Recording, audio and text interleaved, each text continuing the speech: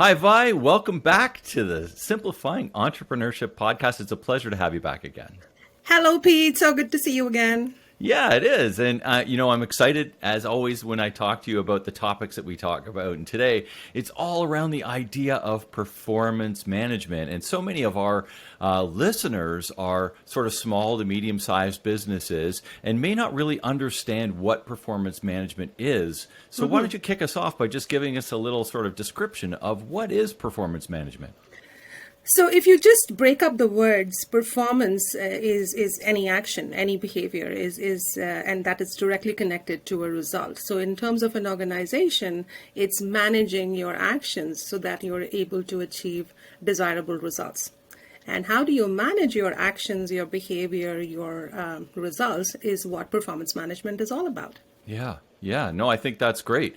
And then what sort of things are you doing? Like, how would you sort of separate them between what a smaller organization would do for performance management and what a bigger organization would do for performance management?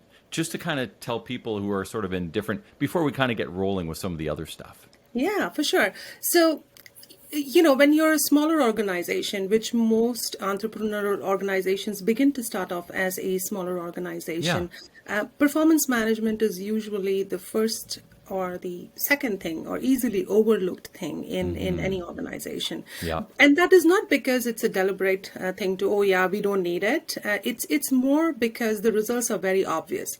Whether you are succeeding, whether your actions are showing immediate results, or you're going in the right direction or not, your results are very immediate and very obvious. And because this team is very similar, the collaboration and the coordination works much better.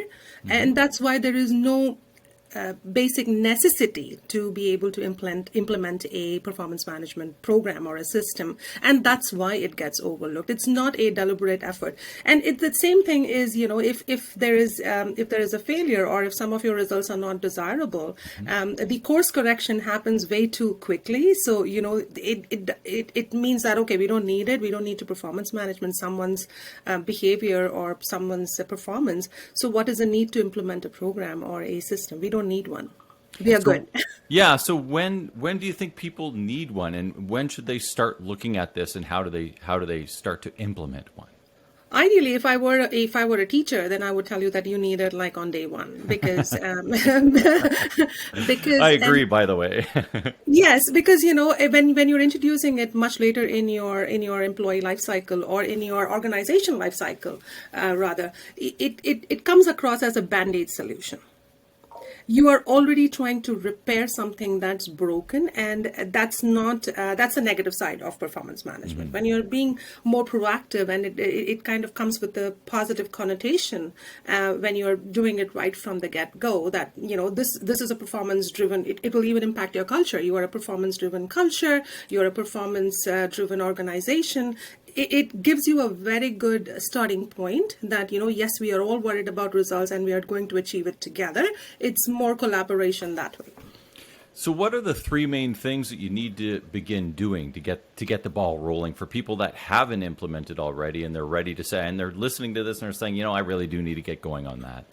So you don't need a big jazz program or anything like that. You just need your human touch points and be human. Everyone needs a little bit of tap on the shoulder. Everyone needs a little bit of, a comforting hand. Everyone needs a little bit of feedback and critique so that they can get better. When the tone is set as in we are all growing together and we are all in it together, performance management becomes just more easier. When you're a smaller organization, it actually is much more easier to kind of build something which is just around the framework of what is more important in terms of the organization's vision itself and values itself. So if as an organization you want to reach a goal of 1 billion, you have to just keep that 1 billion or 1 million goal in mind and have a trickling effect so that the goals can be trickled down to the other areas of the business. And then it becomes a shared goal that together we achieve the 1 million or 1 billion, whatever the target is for the organization. One of my favorite sort of business gurus, let's call him Zig Ziglar, and I like to share quotes and stuff like that. But he said, research indicates that workers have three prime needs: interesting work, recognition for doing a good job, and being let in on the things that are going on in the company.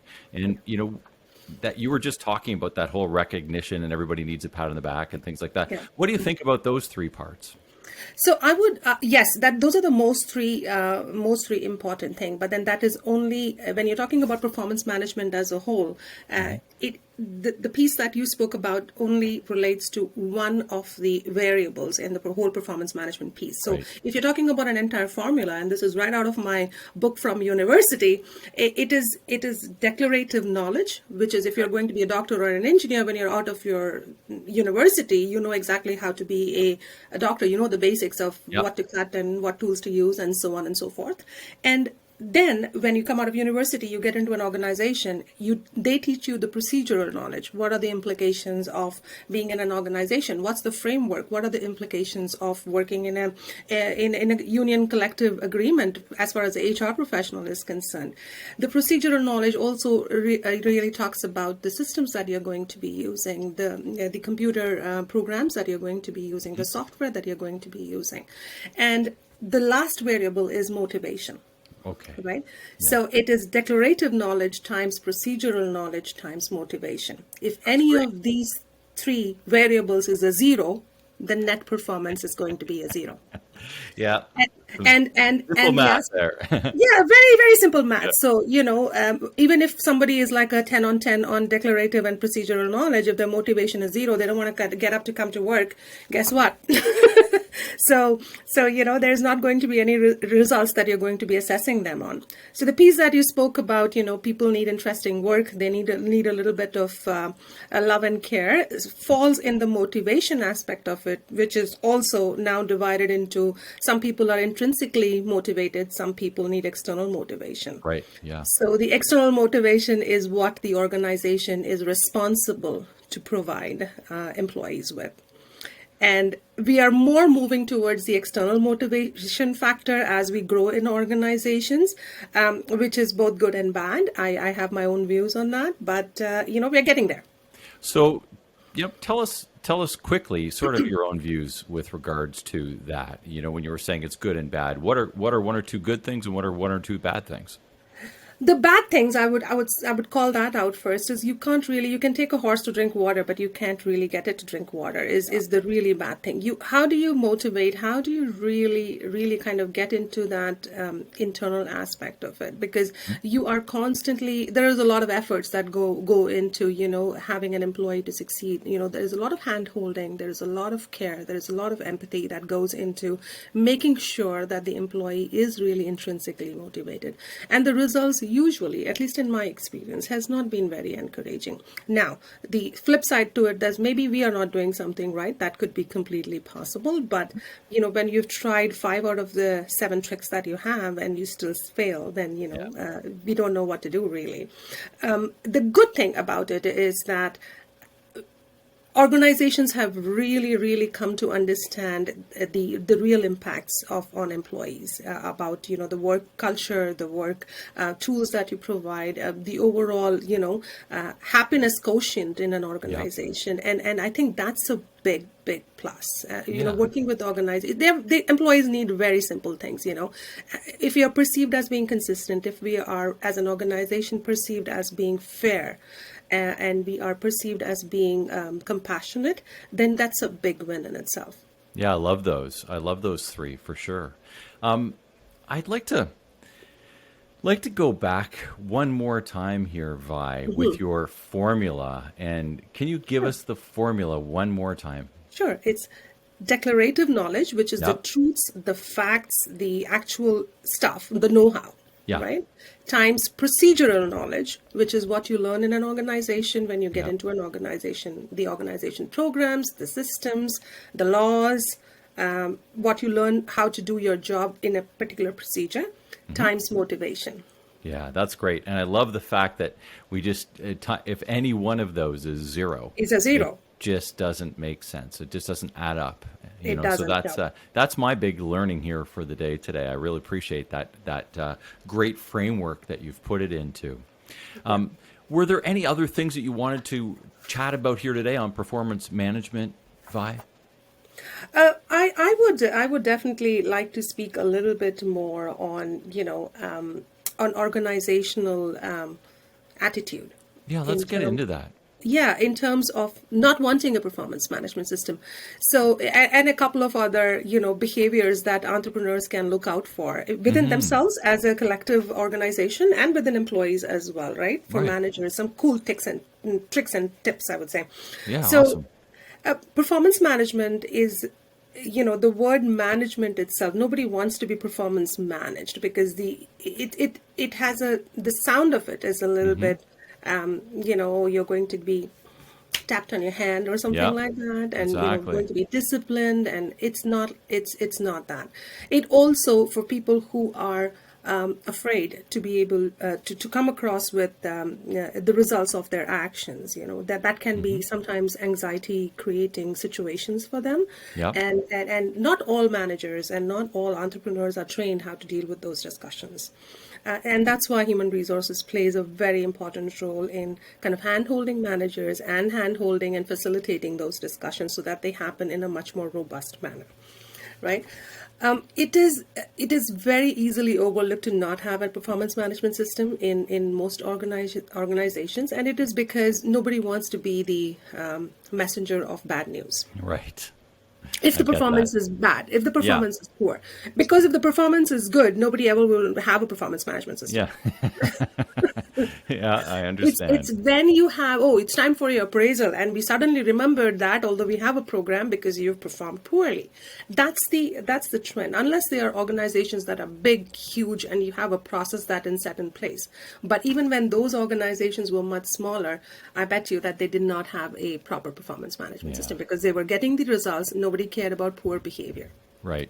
Right. Exactly. So, Exactly. so that is one thing that young entrepreneurs or people who are new in business should always consider, to have some form of a framework. I'm not saying have a every 3 months check-in or coaching or feedback sessions. Just have it once in a year. Have it once in 6 months. That would Yep. be ideal, or at least the bare minimum would be once in 6 months. So you can course correct. You can course correct. The employee has a chance to course correct. The employee has a view as to where I should have been and where I am and what I need to do to buck up, basically. Exactly. Yeah. So I think that's one thing that I would strongly recommend in for organizations. And from an employee perspective, what managers could probably look out for. Have you heard about the Santa Claus behavior syndrome? I haven't. That's a new one for Do me. you have kids, Pete? Have you as a when kids they kind of, and I heard this kind of one of my HR leaders who's connected with me on LinkedIn. I saw his video, and it was so interesting when he spoke about it. When kids, when they are closer to Christmas or it's closer to their birthday, they are in their best behaviors. Similarly, employees are at their best behaviors right before appraisal time. Yeah, well, that's. I can totally see that. I So- love that analogy. So when you want to do a just once in a year kind of a performance appraisal, you have to be very cognizant of the Santa Claus behaviors that you're going to be, coming across from employees. They'll be at their best behaviors. They'll show up on time. They will do extra work. They will do, so many different things to be just on your face, and so that you either forget everything that they have done in the past 8 months or 10 months, or you just don't remember them, or you just remember the most recent incidents. Exactly. No, I get that. That's a great thing to look out for sure. Yes, and similarly, unfortunately, some managers, I wouldn't say all of them, most managers get fooled by the Santa Claus behaviors, but some managers are the reverse of it. Okay, now is your appraisal time. I am going to be looking at the clock and seeing what time you're coming into office, what time you're Yeah. coming to work, so on and so forth. So, it's got both these sides to it. So Yeah. both managers and employees are it's I think our job collectively to kind of make make sure that managers are aware of those Santa Claus behaviors. For sure. That's I Right. love that one. That's great. And I think that's a good place for us to end our conversation here today. And I just wanted to, do you have any final words here before we kind of head out, and we'll get everybody your information and everything too? Is there anything we missed here in the last minute or so? No, I think we are good. Shouldn't overload our listeners with a whole lot of HR techniques Well, and they I had think some fun too with Santa. So, yes, there you go. well, thanks so much, Vi. And, as always want to let everybody know how they can reach out to you if they have any further questions, or if they want to get in touch with you, maybe for some more information or to learn more about what you do. I am easily available on email. My email address is vaish32@yahoo.com. I usually respond to my emails within 24 hours, so feel free to give me an email. And about what I do the most fun part of my life, which is my work and working with people, which is the most fun part of what I do. Yeah, it's awesome. And I so much appreciate all the wisdom that you've helped us out, learning more about human resources and all the soft parts of our business here in our series that we've had together on the Simplifying Entrepreneurship podcast. Really look forward to our next conversation up and coming too. So I'll say bye for now, Vi, and we'll talk to you soon. Talk to you soon, Pete. Take care.